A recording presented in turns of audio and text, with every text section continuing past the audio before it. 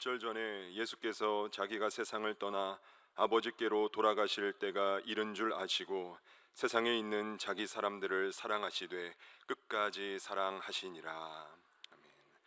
사랑의 하나님, 날마다 저희를 긍휼히 여겨주시는 주의 은혜를 찬양하며 이 시간 예배하게 하여 주심에 감사를 드립니다. 예배하는 모든 성도들을 통하여 주의 이름이 거룩히 여김 받으시기를 소망합니다. 이 시간 하나님의 임재가 가득하게 하여 주셔서 주님만을 경배하는 시간이 되게 하여 주시고 온전한 기대와 소망을 담아 예배하게 하시며 여호와 우리 하나님만이 영광 받아 주시옵소서. 예수 그리스도의 이름으로 간절히 기원하옵나이다. 아멘.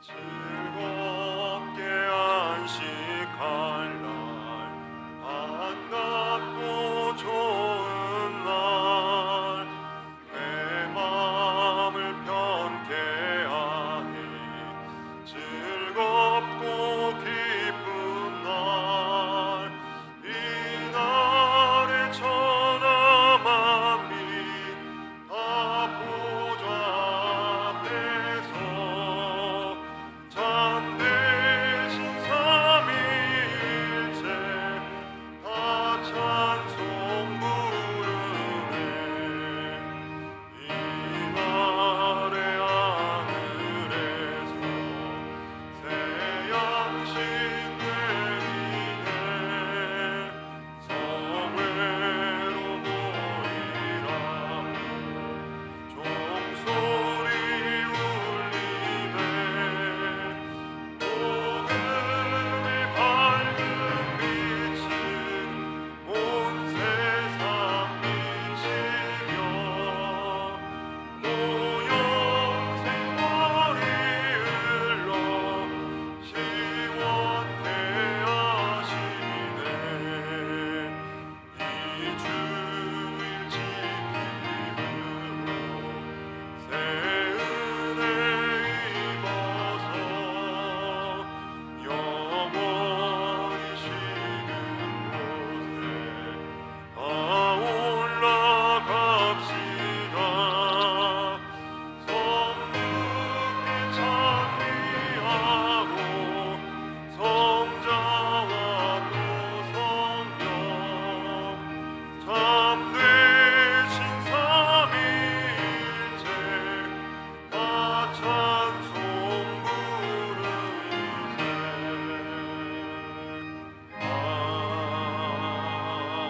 아멘.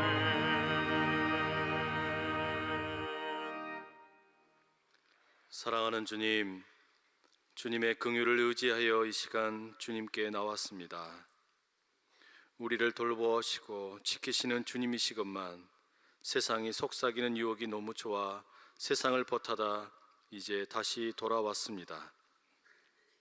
내가 너와 영원히 함께 하겠다고 말씀하셨건만 필요할 때만 찾아오시라고 외면하고 내가 너의 방패와 피할 산성이 되겠다고 하셨건만 할 수 있는 것을 다 시도한 후에 어쩔 수 없이 주님을 찾던 우리들임을 고백합니다. 크나큰 은총을 입고서도 은총을 내 능력인 것처럼 우쭐해하고 한없는 용서를 받았으면서도 용서할 줄 모르는 죄인의 모습으로 주님께 나왔습니다. 주여, 우리를 불쌍히 여기시고 주님만 붙들고 살아가도록 인도하여 주시옵소서. 이제 지난 한 주간을 돌아보며 하나님과 자신만 아는 죄를 침묵으로 고백합니다.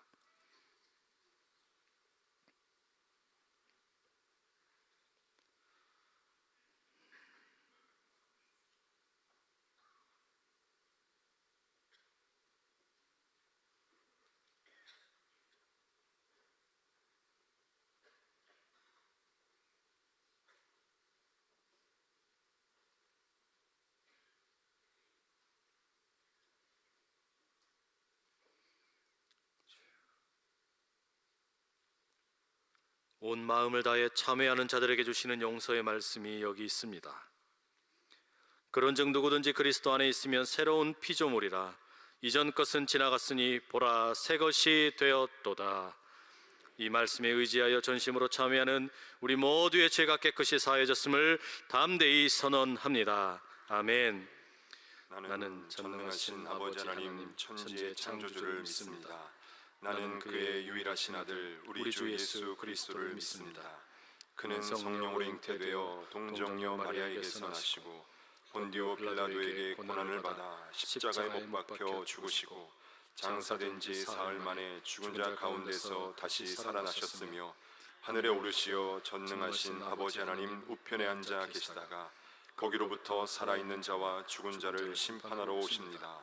나는 성령을 믿으며 거룩한 공교회와 성도의 교제와 죄를 용서받는 것과 몸의 부활과 영생을 믿습니다. 아멘.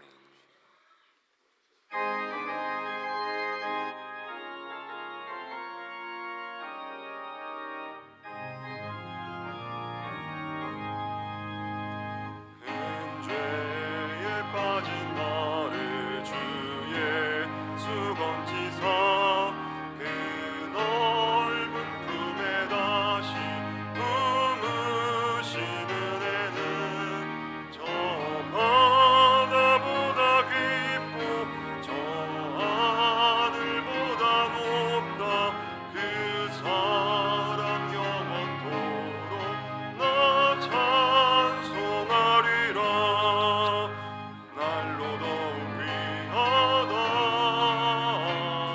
날로 더욱 귀하다. 한이 없이 넓은 우리 주의 사랑 날로 더욱 귀하다. 옛날에 유대 땅에 주 예수 다닐 때 그 은혜 받으려고 큰 물이 모였네. 혼자 병든 자를 다 고쳐주셨으니 나 같은 죄인까지 은혜 받도다. 날로 더욱 귀하다. 날로 더욱 귀하다. 한이 없이 넓은 우리 주의 사랑 날로 더욱 귀하다. 주 크신 사랑으로 만 백성 위하여 그 십자가의 고난 다 받으셨으니 그 속죄 받은 성도 큰 소리 함께 높여 온 천지 울리도록 주 찬송하리라. 날로 더욱 귀하다. 날로 더욱 귀하다. 한이 없이 넓은 우리 주의 사랑 날로 더욱 귀하다.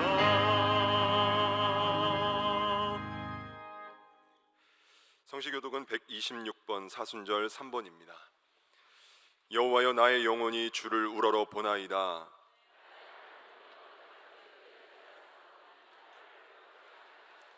나의 원수들이 나를 이겨 개가를 부르지 못하게 하소서.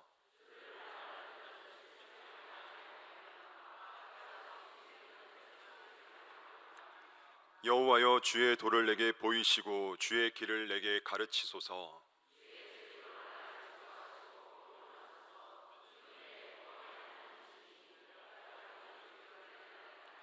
여호와여 주의 긍휼하심과 인자하심이 영원부터 있었사오니 여호와여 내 젊은 시절의 죄와 허물을 기억하지 마시고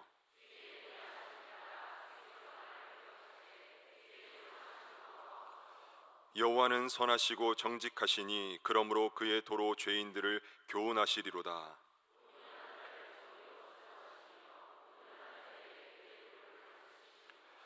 여호와의 모든 길은 그의 언약과 증거를 지키는 자에게 인자와 진리로다. 아멘.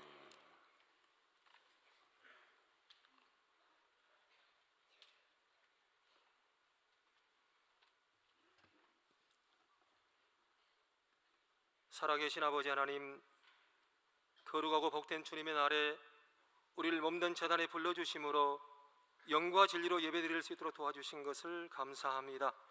우리 영혼이 주님만을 바라보며 우리 마음이 전심으로 하나님께로 향하고 우리 몸이 하나님이 기뻐하신 산 제물이 되어서 오늘 경배와 찬양, 감사와 예물, 기도와 헌신으로 하나님 앞에 온전히 영광 돌리는 거룩한 예배가 될 수 있도록 하나님께서 축복하여 주시옵소서.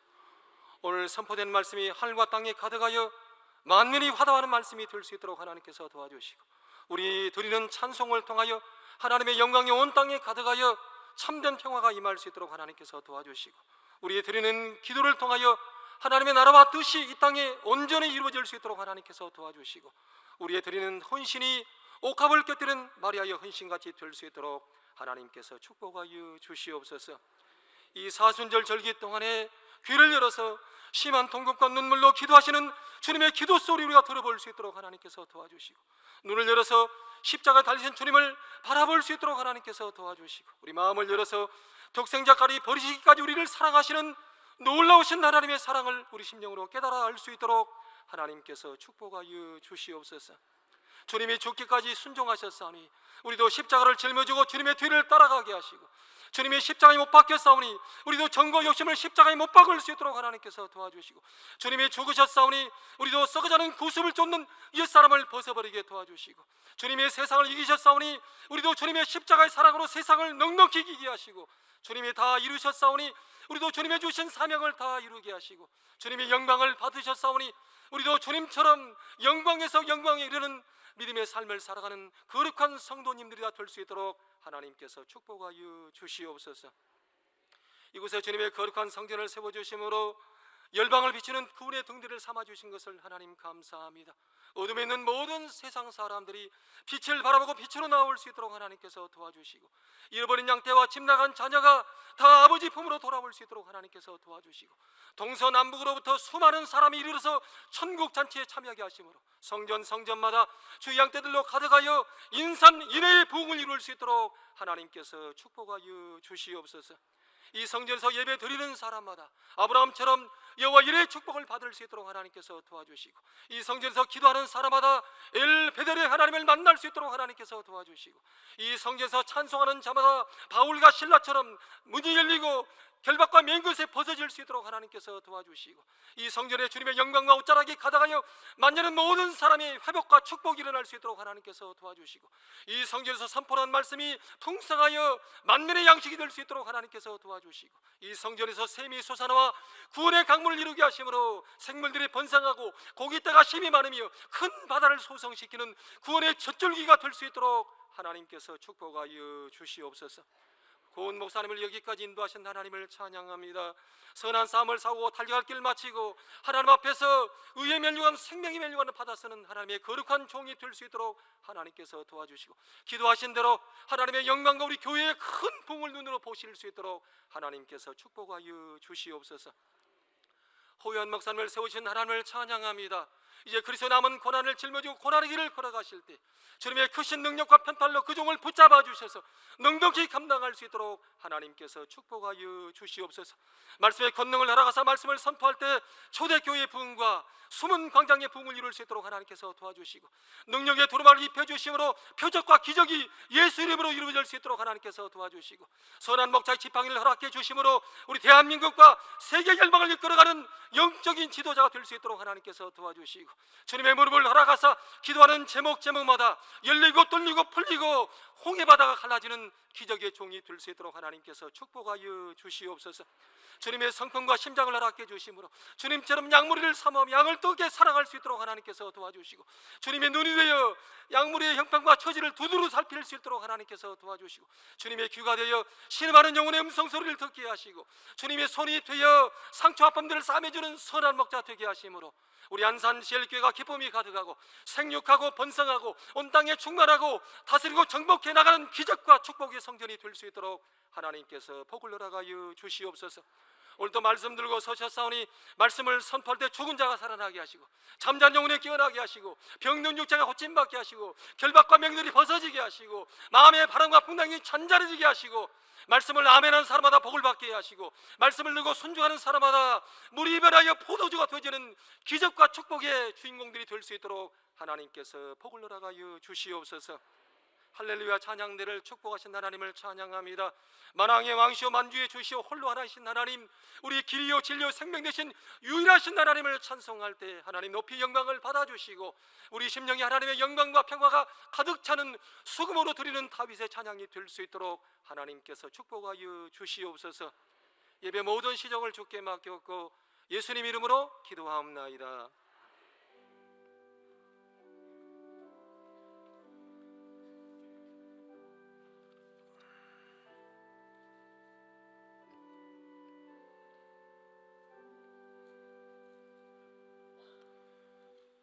이 시간 우리에게 주신 하나님의 말씀은 창세기 4장 1절에서 10절까지의 말씀입니다. 아담이 그의 아내 하와와 동침하매 하와가 임신하여 가인을 낳고 이르되 내가 여호와로 말미암아 득남하였다 하니라. 그가 또 가인의 아우 아벨을 낳았는데 아벨은 양치는 자였고 가인은 농사하는 자였더라. 세월이 지난 후에 가인은 땅의 소산으로 제물을 삼아 여호와께 드렸고 아벨은 자기도 양의 첫 새끼와 그 기름으로 드렸더니 여호와께서 아벨과 그의 제물은 받으셨으나 가인과 그의 제물은 받지 아니하신지라. 가인이 몹시 분하여 안색이 변하니 여호와께서 가인에게 이르시되 내가 분하여 함은 어찌 됨이며 안색이 변함은 어찌 됨이냐. 내가 선을 행하면 어찌 낯을 들지 못하겠느냐. 선을 행하지 아니하면 죄가 문에 엎드려 있느니라. 죄가 너를 원하나 너는 죄를 다스릴지니라. 가인이 그의 아우 아벨에게 말하고 그들이 들에 있을 때에 가인이 그의 아우 아벨을 쳐 죽이니라.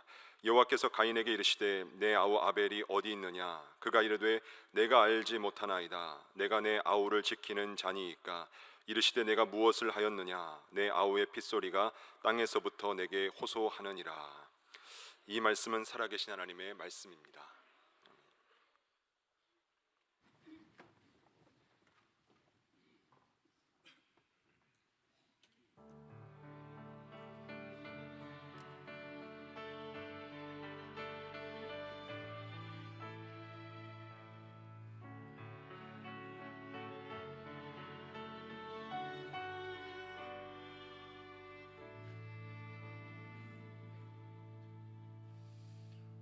오직 주님밖에는 나의 갈 길 없습니다. 오직 주님밖에는 나의 피난처 없습니다. 주밖에는 오직 주님밖에는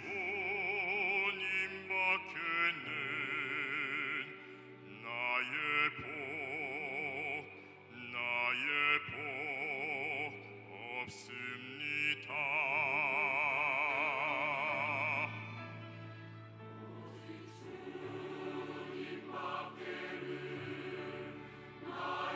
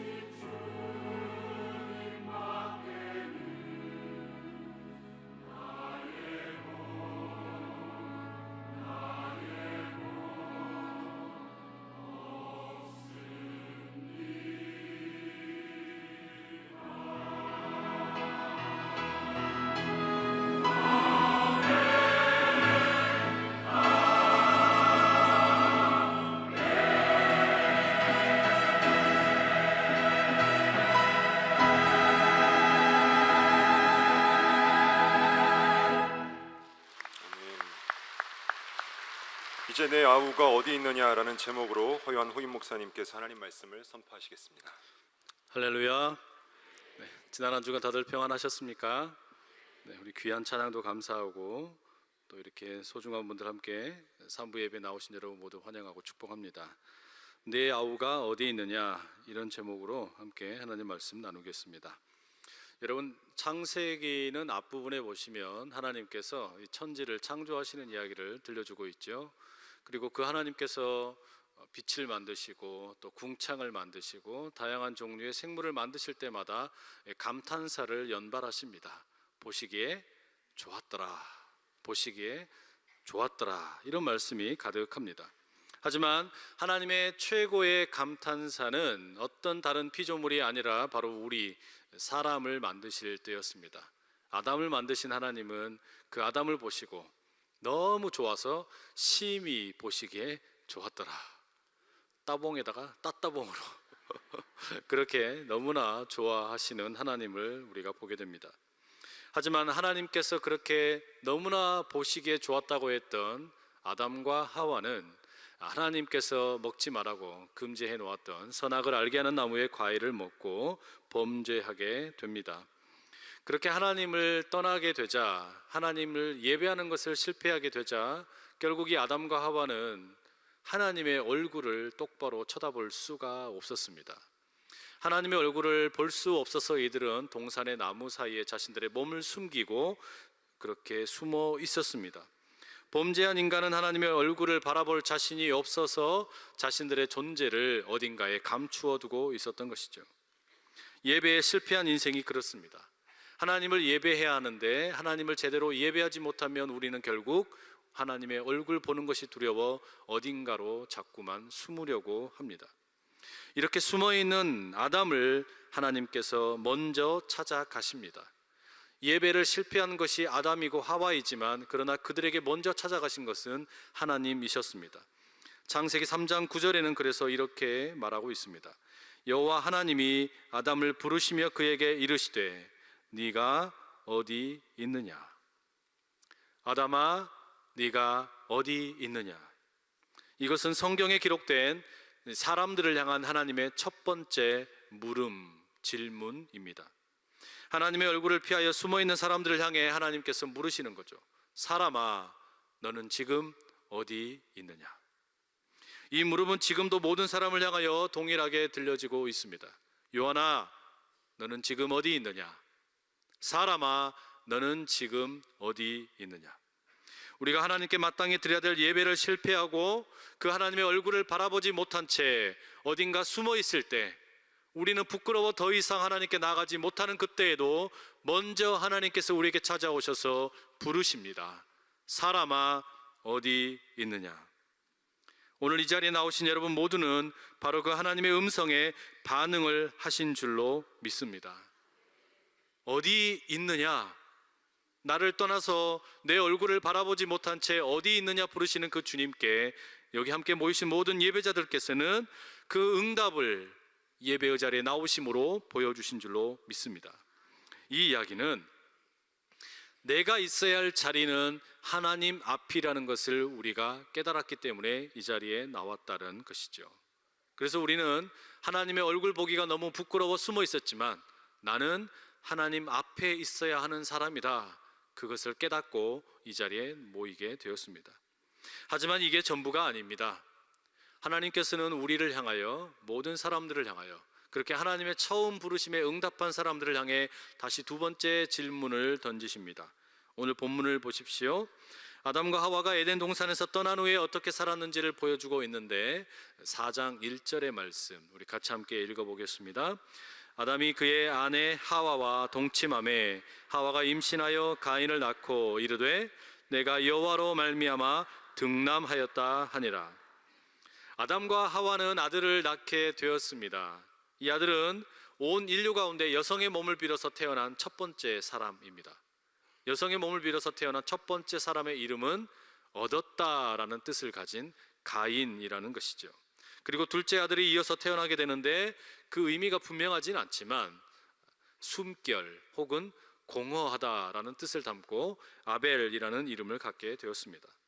아담과 하와의 두 아들은 각기 다른 직업을 갖게 되었습니다. 가인은 땅에 씨를 뿌리고 열매를 거두는 농업을 하게 되었고, 아벨은 양을 치는 목축을 감당하게 되었습니다.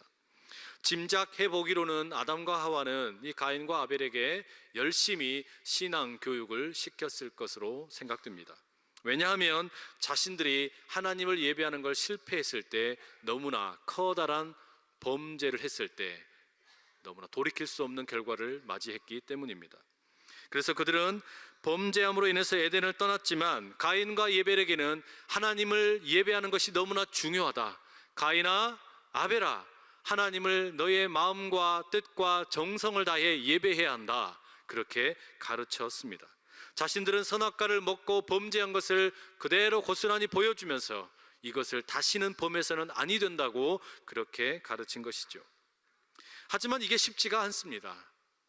가인은 농사를 짓는 일을 했기에 땅에서 얻은 작물로 예배를 드렸고, 아벨은 이제 양을 길러서 양의 고기와 그 기름으로 하나님께 예배를 드리는데, 희한하게 성경은 뭐라고 이야기하냐면, 하나님께서 아벨이 드리는 제사는 받으셨지만 가인의 제사는 받지 않으셨다, 이렇게 말하고 있습니다. 여기서 우리는 자연스럽게 질문이 하나 생깁니다. 왜 하나님께서 아벨이 드리는 제사는 받으시고 가인의 예배는 받지 않으셨을까? 하나님께서는 육식을 좋아하셔서 아벨이 드리는 그 고기는 받으시고 샐러드는 싫으시고 상추는 싫으셔서, 채식이 싫어서 혹시 가인의 예배를 받지 않으셨을까요? 그래서 양고기는 좋고 또 채소는 싫어하는, 마치 그런 육식을 좋아하는 분이셨을까요? 성경에는 분명한 이유가 나와 있지 않습니다. 하지만 짐작컨대 그것은 아닌 것 같습니다. 왜냐하면 레위기에 하나님께 예배를 드릴 때 어떻게 드려야 되는지 잘 서술이 되어 있는데, 거기에 보시면 하나님께 예배를 드릴 때 고기로 예배를 드릴 수도 있고 또는 곡식으로 예배를 드릴 수도 있다, 이렇게 기록이 되어 있다는 말이죠. 그렇다면 예배의 성공과 실패를 가르는 기준은 어떤 제물을 드렸느냐, 여기에 달려있는 것은 아니라고 할 수 있겠습니다. 어떤 제물을 가지고 예배를 드렸느냐, 여기에 예배의 성공과 실패가 달려있는 것이 아니고, 그 예배를 드리는 사람, 바로 예배자가 중요하다라는 것이겠죠. 예배를 드리는 그 사람, 예배자가 마음과 뜻과 정성을 다해서 예배를 드리느냐, 그렇지 아니하느냐, 여기에 따라 예배의 성패가 달려있다라는 것입니다. 그렇다면 아벨의 예배를 하나님이 받으신 것은 아벨이 드리는 고기가 맛있어서가 아니라 아벨의 마음이 하나님을 향하여 전심으로 드려졌기 때문이고, 가인의 예배가 하나님께 연락되지 못했다는 것은 그가 드린 제물 때문이 아니라 그의 마음과 뜻이 온전히 드려지지 못했기 때문이 아닐까 짐작해 보게 됩니다. 여러분, 우리는 이미 앞서서 예배에 실패한 인생을 보았습니다. 아담과 하와가 하나님을 예배하는 것을 실패하게 되었을 때, 그 부모의 실패로 인해서 선악을 알게 하는 나무의 과일을 먹어버림으로 인해서 이들이 에덴 동산에서 쫓겨나는 비극을 보았습니다. 그런데 바로 그 부모의 예배 실패가 대를 이어서 자녀들에게 고스란히 또 반복되고 있습니다.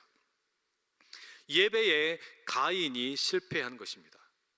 하나님께 예배를 드리는데 실패한 가인은 왜 나의 예배만 하나님 받지 않으시느냐, 이런 질투심 때문에, 아벨에 대한 질투심 때문에 이제 화가 나고 분노가 일어나게 되었습니다.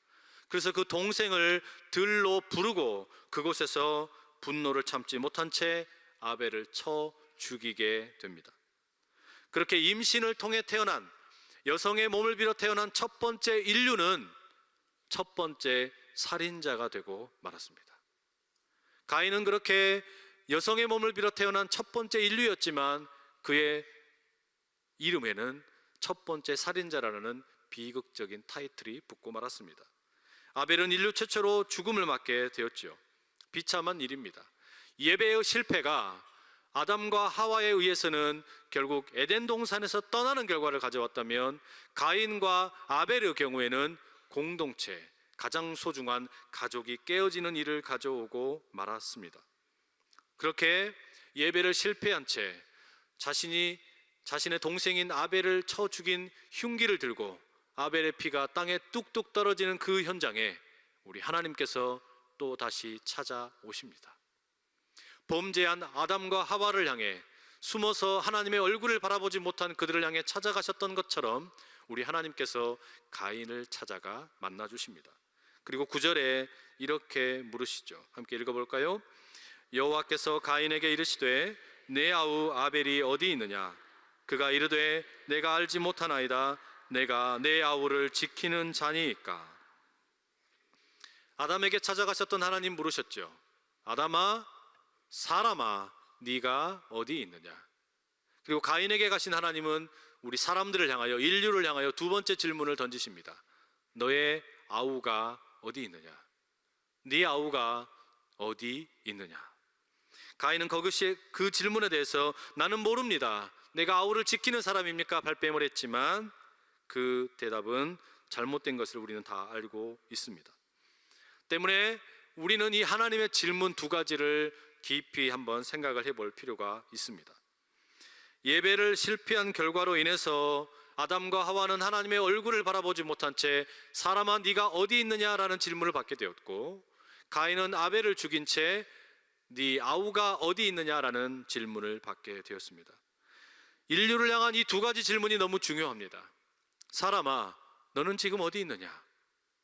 사람아, 너의 가족은 지금 어디 있느냐? 이 세상에 헤아릴 수 없이 수없이 많은 문제가 있지만 그 모든 문제의 근원을 성경은 예배의 실패라고 말합니다. 그렇기 때문에 예배를 드려야 할 하나님께 온전한 예배 드리지 못한 채 자신의 얼굴을 감추고 숨어있는 그에게 찾아가신 하나님은 사람아 네가 어디 있느냐 물으시고, 그 물음에 응답한 사람들이 모여있는 우리를 향하여는 뭐라고 그러시는 겁니까? 너의 가족과 너의 이웃이 어디 있냐, 이렇게 묻고 계신 줄로 믿습니다. 우리는 지금 그 음성을 다시 한번 듣게 되는 겁니다. 나는 하나님의 음성을 들었습니다. 사람아 너는 어디 있느냐? 하나님, 저는 하나님의 얼굴을 볼 자격이 없어서 숨어 있었습니다. 그러나 하나님을 다시 만나고 싶어서 그 하나님의 얼굴을 뵙고 싶어 이 자리에 예배하러 나왔습니다. 여러분, 우리는 바로 그 고백 때문에 이 자리에 앉아 있는 줄로 믿습니다. 그런데 우리를 향하여 들려주시는 하나님의 두 번째 음성이 있다는 말이죠. 너의 가족은 어디 있느냐? 오늘은 이 질문을 더 깊이 한번 들여다보려고 합니다. 너의 아우가 어디 있느냐, 너의 가족이 어디 있느냐, 이 질문을 확대시켜 놓고 보면 우리는 조금 더 세분화된 질문을 만들 수 있게 됩니다. 여러분의 가족은 누구입니까? 여러분이 생각하는 가족은 어디까지입니까? 그리고 여러분의 가족의 몸은 지금 어디 있습니까? 무엇보다 중요한 여러분의 가족의 마음은 어디에 있는지 혹시 알고 계십니까? 몸은 예배하러 나온 것 같지만 마음은 딴 데 있지는 않습니까? 나의 자녀들은 지금 그 몸이 하나님 앞에 올바른 곳에 놓여 있습니까? 우리는 그 질문을 함께 살펴봐야만 한다는 것이죠. 성경은 말합니다. 우리 온 인류는 아담과 하와의 후손이라고 말합니다. 그렇기 때문에 우리는 거슬러 올라가 보게 되면 결국 모두가 다 한 가족이 됩니다. 이 세상에 살고 있는 수없이 많은 사람들이 결국은 다 모두가 한 가족이라는 것이죠. 하나님에 의해서 창조된 가족입니다. 그런데 아담과 하와가 하나님을 범죄함으로 인해서, 그리고 하나님의 얼굴을 피해 살려고 하면서 가족들이 흩어지게 되었습니다. 가인이 아벨을 죽이면서 가인의 길을 걷고 있는 사람들은 결국 가족을 다 잃어버리고 말았습니다. 이처럼 하나님 앞에서 하나님과 함께, 그리고 온 가족이 함께 사는 것이 당연한 것인데 우리는 예배를 잃어버리면서 결국 가족이 해체되고 하나님과의 관계도 끊어져 버리는 비극을 맛보게 되었습니다. 이것이 지금 오늘 우리가 만나고 있는 현실입니다. 최근에 제가 서점에서 발견한 책 중에 가장 인상적인 책이 하나 있었는데, 이 책의 제목이 몸은 기억한다라는 제목입니다. 이 책은 베셀 반 데어 콜크라는 학자가 쓴 책인데, 본래는 Body Keeps the Score라는 제목으로 작년에 영미권에서 발견된 책입니다. 올해 초에 한국에서도 상당히 빠르게 번역이 되었는데요, 이 책의 부제를 뭐라고 붙였냐면 몸은 기억한다. 그 책의 부제가 트라우마가 남긴 흔적들이라고 되어 있습니다. 이 책을 간략하게 소개해드리면 이런 내용입니다. 사람들이 성폭력, 아동 학대와 방임 또는 강력 범죄를 경험하게 되면 오랜 시간이 지나도 우리가 흔히 말하는 외상 후 스트레스 장애를 안고 살아간다는 거죠. 그게 트라우마 아니겠습니까? 그런데 제가 이 책에서 특별히 유심히 들여다보게 된 것은 무엇이었냐면, 이 트라우마라는 것이 우리가 흔히 생각할 때는 보통 정신적인 것 또는 어떤 심리적인 것, 마음의 문제라고 생각을 하는데, 이 책은 뭐라고 이야기하냐면 사실은 이 트라우마가 몸에 흔적을 남겨놓고 암호로 저장이 되어 있다는 것입니다. 트라우마라는 것이 다시 단순하게 어떤 정신이나 마음의 문제가 아니라 알고 보니까 우리 몸에 그 상흔을, 깊은 상처를 저장시켜 놓는다는 거죠. 예를 들자면 이런 겁니다. 최근에 우리 영화관에서 가장 센세이션을 일으키는 영화는 귀향이라는 영화가 아닌가 생각이 됩니다. 저는 이 영화를 아직 보지는 못했지만 영화 흥행 순위가 1위를 하고 있고 일반적인 오락 영화가 아닌데도 불구하고 300만이 넘는 분들이 영화를 관람한 것으로 알려져 있습니다. 그런데 이 영화를 감독을 한 조정래라는 분이 인터뷰에서 이런 이야기를 하더라고요. 자신이 왜 이 영화를 찍게 되었는가, 그 근거가 뭐냐면 강일출 할머니라는 분과 인터뷰를 했기 때문이라는 겁니다. 인터뷰를 하다가 그 할머니의 어깨를 안마해드리기 위해서 만지려고 하는데 그때 할머니가 손을 탁 때려치더라는 거예요. 이게 거의 반사적인 행동으로 그렇게 나오더라는 겁니다. 그런 행동을 한 후에 할머니도 놀라고 자기 자신도 놀랐다는 겁니다. 왜 그랬을까요? 이 강일출이라는 할머니가 일본 군인에 의해서 위안부로 끌려가게 되고 당시에 산채로 위안부를 불구덩이에 던지는 사건에서 극적으로 살아났다 합니다. 그런 경험을 했던 것이 다른 것이 아니라 몸에 각인이 되어 있어서 누군가가 내 몸에 손만 대면 너무나 반사적인 반응이 나오는 것이죠. 바로 이런 겁니다. 수십 년이 지났지만 이런 상처가 몸의 기억으로 남아 있어서 수십 년 동안 과거를 살게 되고 현재를 살지 못하는 일이 벌어지는 겁니다. 이것이 바로 트라우마라는 것이 단지 정신과 마음의 문제가 아니라 우리 몸에 새겨놓은 상처라는 이야기죠. 이 책은 저에게 두 가지 도움을 주었습니다. 첫 번째 도움은 어려운 일을 당한 이들에게 이제 과거의 일이니 그만 잊어라, 그렇게 쉽게 말할 수 없다는 겁니다. 그렇지 않죠. 큰 어려움을 당한 이들은 정신 때문만이 아니라 그 몸 자체가 그렇게 반응을 하면서 현재를 제대로 살 힘이 없고 과거에 매이게 되는 경우들이 참 많이 있습니다.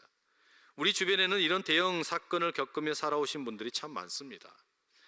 일본의 식민지를 끔찍하게 경험한 할아버지 할머니들, 한국 전쟁으로 민족이 서로 총뿌리를 겨눈 채 그런 비참함 속에 놓여 있었던 전쟁 고아와 같은 가족들, 군부 독재와 민주화 운동을 겪으며 고문을 당했던 분들, 성수대교나 삼풍백화점 안에서 가족이 죽어가는 것을 보던 사람들, 최근에는 세월호와 아동학대로 인해서 비극을 경험한 가족들, 그리고 이주민으로 이 땅에 왔지만 비참한 현실 앞에 좌절하고 있는 외국인 노동자들, 이런 역사적인 비극과 대형 사건을 겪을 때마다 그 사건의 희생자들과 가족들은 정신과 마음만 상하는 것이 아니라 그 흔적이 몸에 고스란히 남게 된다는 것이죠. 그러니 오랜 시간이 흘러도 현재 지금 이 순간을 사는 것이 아니라 과거의 그 순간에 머물러서 계속해서 어려운 시간을 갖게 된다는 것입니다. 나는 이런 일을 겪지 않아서 괜찮다고 생각할지 모르지만 그렇지 않습니다. 특별히 우리 안산시는 더욱이 이런 모든 트라우마의 중심지가 아닌가 생각이 됩니다. 멀리는 사할린에서 이주하신 분들, 또 가까이는 세월호의 가족들, 그리고 외국인으로 한국에서 살아가는 우리 노동자들, 이들은 모두 다 우리의 옆에 있는 이웃들이고 어쩌면 우리의 가족들의 이야기가 아니겠습니까? 나아가서는 우리 교회의 이야기입니다. 그러니 남의 이야기라고 말할 수가 없고 오늘 우리의 이야기라고 해야 되지 않겠습니까? 이 몸이 기억한다, 이 책을 통해 제가 배운 두 번째 깨달음은 신학적인 깨달음입니다. 이 트라우마를 도대체 누가 주는 걸까요? 이 트라우마라는 것은 도대체 어디에서 생겨나는 걸까요? 호환이나 마마나 호랑이 이런 것들이 아닙니다. 물론 자연의 재해 때문에 이런 어려움을 만나는 사람들도 종종 있지만 대부분의 경우에 사람들이 트라우마를 만나게 되는 것은 다름 아닌 사람 때문입니다. 우리는 사람 때문에 가장 커다란 상처를 받고 그것이 마음의 병이 되고 그것이 또한 우리 몸에 깊은 상처를 남기게 됩니다. 우리는 어쩌면 아담과 하와의 첫 번째 아들이었던 그 가인, 여성의 몸을 빌어서 태어난 그 첫 번째 인류인 가인, 그리고 첫 번째 살인자인 가인, 그의 후손으로 살아가고 있는 것은 아닌가 걱정스럽다는 말입니다. 가인의 길을 걷고 있는 사람들이 우리 주변에 또 우리가 그렇게 살고 있는 것은 아닌가 이런 말입니다. 사람이 가장 무서워하는 것이 다름 아닌 사람이 되어버렸고 그것도 우리 가족 안에 가장 무서운 사람들이 있는 것은 아닌가 염려스럽습니다. 미가서 7장 6절은 그래서 이렇게 말합니다. 아들이 아버지를 멸시하며 딸이 어머니를 대적하며 며느리가 시어머니를 대적하리니 사람의 원수가 곧 자기의 집안 사람이로다. 이러다 보니 사람이 사람을 믿을 수가 없습니다. 사람이 사람을 신뢰하지 못하고 결국은 가정이 해체되고 공동체가 깨지는 일이 다반사로 일어나고 있습니다. 최근에 아마 바둑 좋아하시는 분들은 이세돌 구단이 인공지능 컴퓨터인 알파고와 펼치고 있는 대국을 유심히 보셨을 겁니다. 어떤 분들은 그렇게 이야기하시더라고요. 이런 인공지능 컴퓨터가 혹시라도 사람들을 지배하게 되면 어떡할까? 사람들이 인공지능 컴퓨터에 의해서 끌려다니면 어떡할까 염려하시는 분들 계십니다. 그러나 사람에게 제일 무서운 것은 아마도 여전히 계속해서 사람일 것입니다. 사람은 사람이 제일 무서운 적이 되어버렸습니다. 여러분, 이것이 지금 어쩌면 우리가 살고 있는 삶의 현실입니다. 사람이 사람을 무서워해서 벌벌 떨게 됩니다. 가인의 길을 걸어가고 있는 사람들이 너무나 많습니다. 상대방을 공격하고 저주하고 죽이면서 살아야만 된다는 것이 우리의 생각이 아니냐 이런 말이에요. 그런데 이것이 하나님이 기뻐하는 뜻이겠습니까? 하나님께서 우리를 그토록 내버려 두시겠냐 이런 말이죠. 하나님께서 만드신 가정, 하나님이 직접 만드신 가정, 그 가정이 깨어지는 모습을 보시고 망가지는 것을 보시면서 본래 온 인류는 한 가족인데 이 가족들이 서로 총뿌리를 겨누고 싸우는 모습을 우리 하나님이 기뻐하시겠냐 이 말이에요. 하나님은 그럴 수가 없었습니다. 가인의 길이 아니라 다른 길이 있음을 열어두고 사람들을 회복시키기를 원하셨습니다. 우리가 함께 읽지 않았지만 창세기 4장 25절은 이렇게 적고 있습니다. 함께 읽어보겠습니다. 아담이 다시 자기 아내와 동침하매 그가 아들을 낳아 그의 이름을 셋이라 하였으니 이는 하나님이 내게 가르냐니 죽인 아벨 대신에 다른 씨를 주셨다 함이며, 하나님께서는 가인에 의해서 죽임을 당한 아벨 대신에 이제 셋이라는 아들을 다시 선물로 주십니다. 그 셋의 이름은 보상한다라는 뜻을 담고 있습니다. 그리고 이어지는 4장 26절에는 이렇게 기록되어 있습니다. 셋도 아들을 낳아 그의 이름을 에노스라 하였으며 그때의 사람들이 비로소 여호와의 이름을 불렀더라. 하나님께서 보상으로 주신 가인의 그 보상으로 주신 셋, 그리고 셋이 낳은 아들 에노스, 그 시대에 이르렀을 때 비로소 이제 사람들이 하나님의 이름을 부르는 일이 시작되었다는 겁니다. 하나님의 이름을 부르며 하나님을 찾기 시작했다라는 것이겠죠. 그렇게 하나님께서는 가족을 회복시키기 원하셨습니다. 깨어졌던 가족을 회복시키기 원하셨습니다. 하지만 이게 쉽지가 않은 겁니다. 때로는 사람들에게 노아의 홍수로 심판을 했지만 사람들이 돌이켜지지 않습니다. 때로는 아브라함이라는 믿음의 조상을 일으켜서 이스라엘이라는 나라를 통해 이방의 빛이 되도록 하셨지만 그러나 그것도 성공적이지 못했습니다. 결국 하나님은 일이 되어서는 아니 되겠다, 중대 결심을 하시고 하나님의 독생자 아들 예수 그리스도를 이 땅에 보내어 주셨습니다. 더 이상 우리가 아담과 가인의 길을 가지 아니하도록, 죽음의 길을 가지 아니하도록, 죄의 노예로 살아가지 아니하도록 결국 우리 하나님께서는 예수 그리스도를 이 땅에 보내어 주셨습니다. 그렇기 때문에 우리 주님께서 이 땅에 오셔서 하신 일은 어쩌면 잃어버린 가족을 회복하는 일이라고 말할 수 있습니다. 우리 주님께서는 잃어버린 가족이 다시 회복될 수 있도록, 잃어버린 가족들이 함께 다시 하나가 될 수 있도록 주님께서는 새로운 일을 행하셨습니다.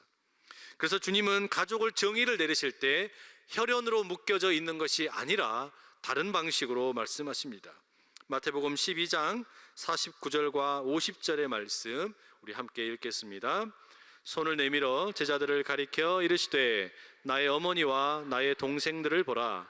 누구든지 하늘에 계신 내 아버지의 뜻대로 하는 자가 내 형제요 자매요 어머니이니라 하시더라. 예수님께서는 가족이 누구냐, 진정한 가족이 누구냐 하셨을 때 혈연 관계로 맺어져 있는 것이 진짜 가족이 아니라 하나님 아버지의 뜻대로 행하는 사람들이 진짜 가족이 된다라고 말씀하셨습니다. 이게 무슨 의미일까요? 하나님께서 본래 아담을 만드실 때는 하나님의 형상을 따라 지으셨습니다. 그러니 하나님의 형상을 따라 지음받은 모든 인류가 다시 가족으로 회복이 되려고 하면 하나님의 뜻을 지킬 때, 하나님의 뜻대로 살아가게 될 때 가족이 된다라는 것이죠. 더 이상 아담의 길, 가인의 길을 걸으며 짐승처럼 살지 말고 하나님을 닮은 예수 그리스도의 그 형상을 닮은 삶을 살아라는 것입니다. 그러면 우리가 한 가족으로 회복될 수 있다라는 것이죠. 바로 이 위대한 비전은 결국 교회를 통해서 성취되게 되었습니다. 아담아 너는 어디 있느냐? 그 음성을 듣고 한 사람 한 사람 모인 것이 바로 이 자리 교회인 줄로 믿습니다. 바로 여러분 한 사람 한 사람이 교회입니다. 너는 지금 어디 있느냐? 사람아 어디 있느냐? 이 음성을 듣고 우리가 모이게 되었는데 이렇게 모인 우리를 향하여 하나님께서는 다시 말씀을 하시는 거예요. 너의 가족은 어디 있느냐? 바로 그 음성이 선포되는 곳이 교회입니다. 그렇기 때문에 교회는 참된 가족을 찾기 위해 조직된 공동체라고 할 수 있습니다. 마태복음 16장 18절에서 우리 주님은 교회를 이렇게 말씀하십니다. 내가 이 반석 위에 내 교회를 세우리니 음부의 권세가 이기지 못하리라. 내가 교회를 세우겠다. 이게 무슨 이야기입니까? 하나님께서 직접 만드신 인류의 기관 가운데, 우리가 알고 있는 기관 가운데 딱 두 가지가 있습니다. 가정과 교회입니다. 아담과 하와를 만드신 하나님께서 가정을 직접 제정하셔서 돕는 배필로 두 사람을 묶으시고, 그리고 예수 그리스도를 통해 내가 이 교회를 내가 세우겠다고 말씀하시며 교회를 세우셨단 말이죠. 우리가 우리의 필요를 따라서 학교를 세울 수도 있고 병원을 세울 수도 있고 회사를 세울 수도 있습니다. 그러나 그 어떤 기관보다 하나님이 직접 세운 것은 교회밖에 없습니다. 그리고 가정밖에 없다라는 거예요. 이 이야기는 교회가 곧 가정과 같고 가정은 곧 교회와 같다라는 것을 말해줍니다. 교회가 가정이 되고 가정이 교회처럼 될 때 말하자면 진정한 하나님의 가족들이 세워지게 된다라는 것이죠. 이 교회는 음부의 권세, 즉 하데스의 권세가 결코 이기지 못할 것이라고 성경은 말합니다. 더 이상 아담과 하와를 유혹했던 뱀의 권세도 이기지 못할 것이며 마귀와 사탄의 권세도 결코 이기지 못하는 것이 교회가 될 것이라는 겁니다. 그런데 이 음부의 권세가 도대체 무슨 일을 합니까? 가정을 파괴시키는 일을 해왔습니다. 아담과 하와의 가정을 파괴시키고 우리의 가정을 파괴시키고 인류가 하나 되는 것을 파괴시키는 것이 바로 음부의 권세, 마귀 사탄의 일이었다는 말이죠. 하지만 이 교회를 통해 하나님께서는 잃어버린 가족들이 회복될 수 있도록 일하시는 줄로 믿습니다. 바로 이것이 교회에 맡겨진 위대한 사명입니다. 저와 여러분에게 맡겨진 위대한 사명이 바로 이것입니다. 사람아 어디 있느냐 부르셨던 그 주님께서 우리를 부르시고 거기에 응답한 우리에게 이제 새로운 사명을 주시기를 너의 가족은 어디 있느냐 묻고 계신다는 거죠. 너의 아우는 어디 있느냐, 너의 가족은 어디 있느냐, 너의 부모는 어디 있느냐, 너의 잃어버린 자녀들은 어디 있느냐, 너의 영적인 가족들은 어디 있느냐, 너의 일터의 일꾼 친구들은 어디 있느냐 물으시는 것이죠. 여러분 혹시 이산가족 찾기 생방송 기억나십니까? 1983년 6월 30일 날 KBS에서 한국전쟁 30주년을 기념을 해서 방영이 된 프로그램이었습니다. 본래는 이 프로그램은 1시간 30분짜리로 2부작으로 기획이 되었습니다. 그래서 이 스튜디오에 800명의 이산가족들이 모이게 되었고 거기에서 이 생방송을 통해 시청자들과 함께 연결이 되면 몇 명이라도 상봉할 수 있도록 도와야겠다, 이런 어떤 프로그램의 취지가 있었습니다. 근데 이 프로그램이 시작이 되자마자 극적인 상봉이 이루어지게 되었는데, 첫 번째 상봉의 주인공은 피난길에서 헤어진 자매였습니다. 서울에 살고 있는 언니와 대구에 사는 동생이 서로 만나게 되는 것이었죠. 너 지금 몇 살이니? 나이 어떻게 되는지 몰라요. 그럼 6.25 때 어디서 살았니? 미아리에서 살았어요. 아버지 이름은? 아버지 이름도 몰라요. 그럼 고아원 어디에 있었니? 처음에는 동대문 시장 안에 어디 있었어요. 맞다, 맞아. 그 말을 듣자마자 방청객들이 박수를 치고 TV를 보던 사람들이 눈물을 흘리고 그 장면은 서로 울음을 터뜨렸습니다. 시청자들이 함께 울고 이후에 계속해서 상봉이 이어지게 되었습니다. 방송이 진행되는 동안에 KBS 사옥으로 사람들이 1000여 명가량 몰려오게 되고 긴급 연장 방송이 새벽 3시까지 이어지게 되었습니다. 하지만 다음 날도 방송국으로 10,000명이 넘는 사람들이 찾아오고, 심지어 여의도 광장을 전체를 덮으며 이산 가족을 찾기 위해 자신들의 팻말과 대자보를 만들어 들고 나왔습니다. 결국에 방송국에서는 긴급 생방송을 편성해서 6월 30일부터 11월 14일까지 138일간 총 453시간 45분이라는 기네스북에 올라가는 단일 프로그램으로 가장 긴 생방송을 진행하게 되었습니다. 이것이 얼마나 감동적이었던지 최고 시청률이 78%, 전 국민 가운데 88.8%가 이 방송을 보다가 눈물을 흘렸다고 합니다. 여러분, 우리가 이 땅에서 사는 동안에도 전쟁으로 인해서 갈라진 가족들이 다시 만나게 될 때 우리는 너무나 감격스러워서 울고, 또 그것이 너무나 감격스러워 나의 일이 아님에도 울고 감격하지 않았습니까?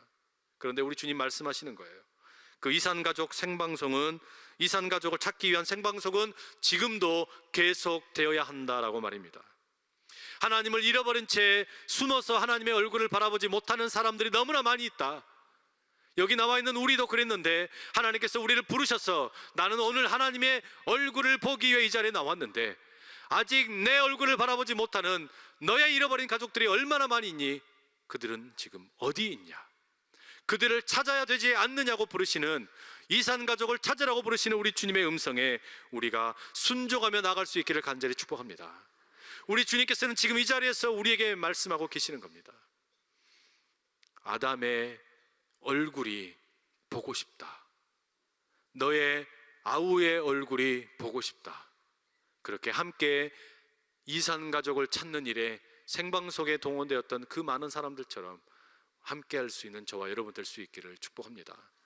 오늘은 그래서 이 설교를 맺으면서 여러분 주보에 들어있는 나의 태신자 카드를 작성하는 시간을 잠깐 드리려고 합니다.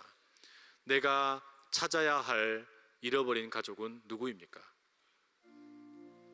한 2분 정도 시간을 드리겠습니다. 같이 함께 나누어 적도록 하시고, 다 적으신 내용은 봉헌 시간에 같이 함께 봉헌합니다.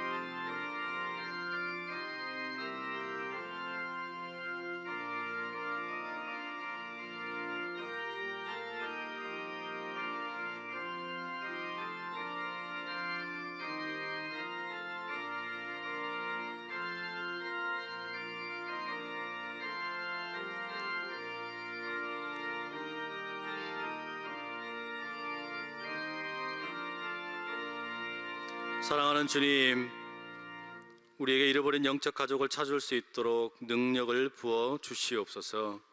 사람아, 네가 어디 있느냐? 나의 얼굴빛을 숨긴 채, 나의 얼굴빛을 바라보지 못한 채 어디에 숨어 있느냐?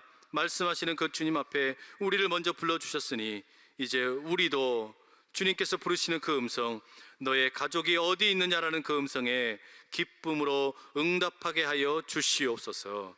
예수님의 이름으로 기도합니다. 아멘. 이제 박성영 형제 색소폰 연주하실 때 준비하신 예물 하나님께 드리겠습니다.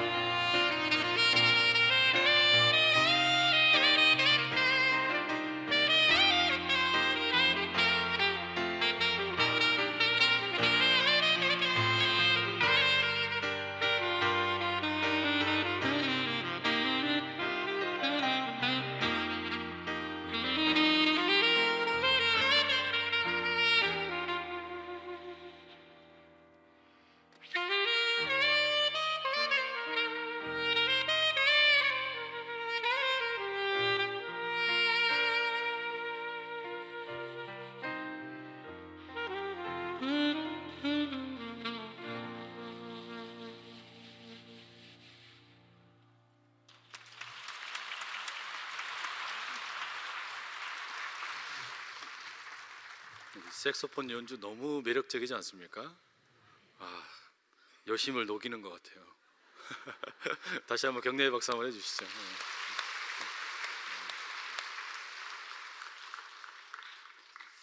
사랑하는 아버지 하나님, 감사합니다. 오늘도 우리들을 불러주셔서 하나님의 얼굴을 바라볼 수 없는 미천한 우리들이지만, 사람아 네가 어디 있느냐 부르시고 우리를 이 은혜의 자리로 불러주셔서 하나님의 얼굴을 뵙고 하나님과 함께하는 복된 교제로 이끌어 주신 것 감사합니다. 그 하나님의 은혜가 너무나 크고 놀라워서 이 시간 우리의 온 마음과 뜻과 정성을 들여 이 예물을 올려드리오니 기뻐 받아 주시옵소서.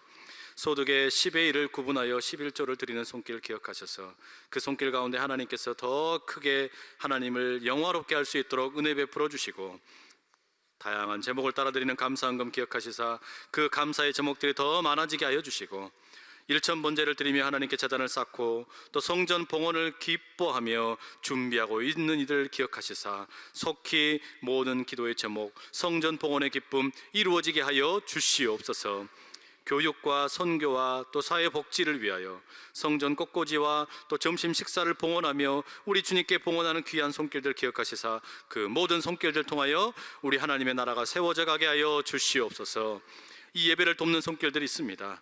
주차, 안내, 교사, 찬양대, 또 봉헌위원과 주방봉사로 각양각색의 모습으로 섬기는 이들 주님 기억하시사 그 섬기는 손길 가운데 천배 만배 복으로 가득 채워 주시옵소서. 예배의 자리를 사모하지만 몸의 연약함으로 나오지 못하는 우리 환우들 기억하여 주시고 주의 보혈로 덮어주셔서 하늘의 놀라운 치유의 권능이 그들 가운데 있게 하여 주시옵소서. 우리의 자녀들을 주께 맡겨드리오니 주여 군에 있는 자녀들 안전을 지켜주시고 유학 중인 자녀들 또 공부하는 자녀들 비전을 주셔서 가정을 일으키고 교회를 일으키고 이 나라를 일으키는 복된 자녀들 다 되게 하여 주시옵소서. 취업과 결혼을 위해 기도하는 자녀들 가운데도 하나님께서 가장 선하게 이끌어 주시옵소서. 우리 옥중에 있는 성도들을 기억하시고 선교사님들의 모든 선교사역과 그 선교지가 복되게 하실 뿐만 아니라 우리 북한의 지하교회 성도들의 그 눈물의 기도 우리의 기도 들으시사 속히 평화로운 통일이 이 민족 가운데 있게 하여 주시옵소서. 조국 통일을 위하여 우리 교회가 우뚝 서게 하여 주시고 3만 교회 운동뿐만 아니라 또 1만 구자를 봉헌하며 하나님의 영광을 위하여 쓰임받기 원하오니 주여 이 교회를 기뻐 받아 주시옵소서. 우리 주님 예수님의 이름으로 간절히 기도하옵나이다. 아멘. 오늘 첫나들이를 하는 아이들이 오늘은 둘이나 있네요. 권하율, 그다음에 박주화. 예, 우리 권세웅, 임수지 성도님들이신가요? 예, 그리고 박재만, 이상난, 네, 두 분의 자녀 하율이와 주화. 남자 하나, 여자 하나. 하율이 어디 있어요?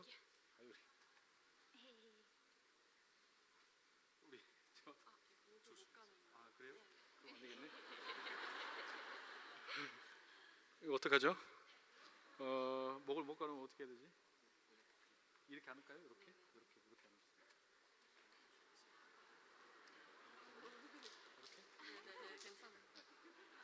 와. 자, 우리 여러분 축복의 손 내밀어 주시고 함께 기도하겠습니다. 사랑하는 하나님, 우리 하율이와 주아가 하나님의 집에 처음 나왔습니다. 이 복된 아들과 딸이 하나님의 자녀로 잘 자랄 수 있도록 주님께서 지켜주시고 하나님의 백성으로 이 전에서 마음껏 뛰놀며 말씀을 먹고 가정의 귀한 복덩어리가 될 수 있도록 주님 복 내려 주시옵소서. 이들이 좋은 만남을 갖게 하여 주시고 하나님을 깊이 만나게 하시고 엄마 아빠의 자랑이 되고 이 세상의 귀한 일꾼 될 수 있도록 역사하여 주시옵소서. 온 교회가 축복하며 예수님의 이름으로 기도합니다. 아멘.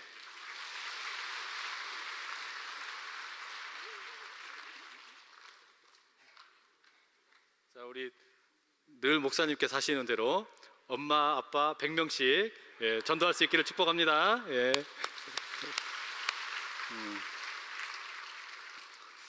우리 3부 예배에 세가족으로 등록하신 분들 계셔서 소개해드리겠습니다. 김지호 성도님, 윤리현 성도님, 방춘명 성도님, 진젠야 성도님, 그리고 신성호 성도님 오셨는데요.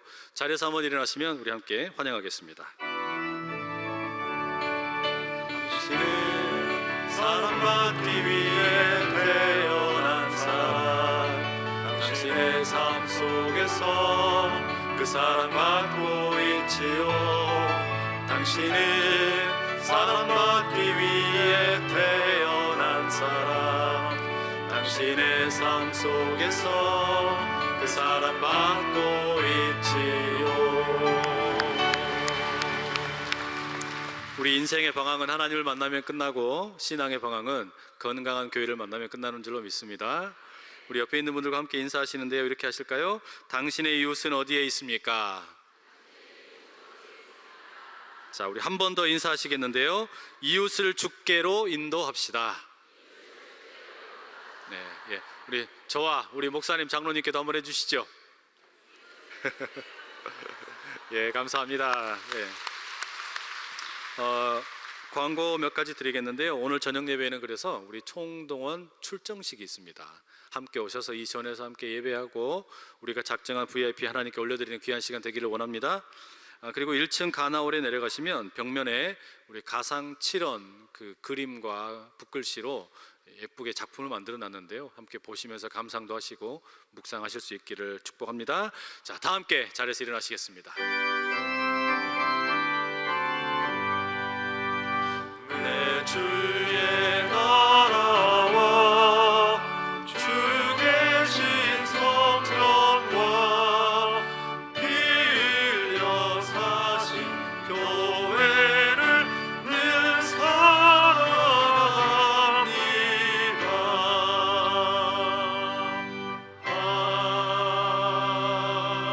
아멘.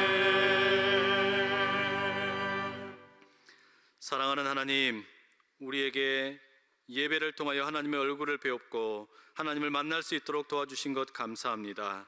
우리는 하나님의 얼굴을 볼 수가 없어서 숨어 있었지만 사람아 네가 어디 있느냐 부르시는 그 주님 음성 듣고 부족한 모습이지만 이대로 나와 우리 주님 만나게 하여 주셨으니 이제 세상 속에 들어가 아직 주님의 얼굴을 뵙지 못한 우리의 이웃들에게 주님을 소개할 수 있도록 역사하여 주시옵소서.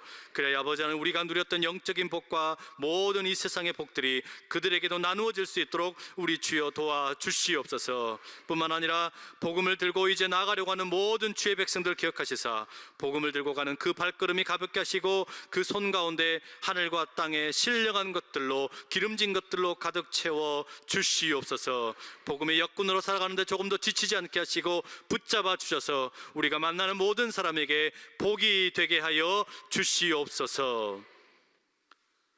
이제는 우리 주 예수 그리스도의 은혜와 하늘아버지의 크고도 놀라우신 사랑과 성령님의 교통하심이 주님의 복음을 들고 나아가 아직 주의 얼굴을 뵙지 못하고 있는 많은 이웃들에게 그 주의 복음을 전하기로 다짐하는 여기 함께 모인 모든 주의 백성들 위해 그 가정과 일터와 자녀들 위해 이제로부터 영원토록 함께 하시기를 간절히 축원하옵나이다. 아멘.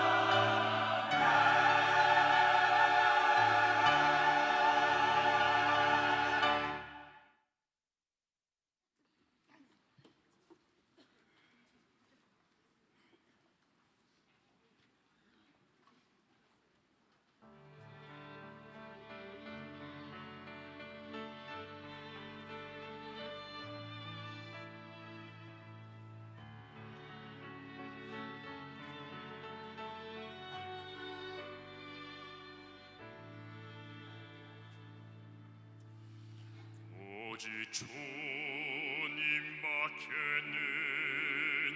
나의 갈 길 없습니다. 오직 주님밖에는 나의 피난처 없습니다. 주밖에는 오직 주님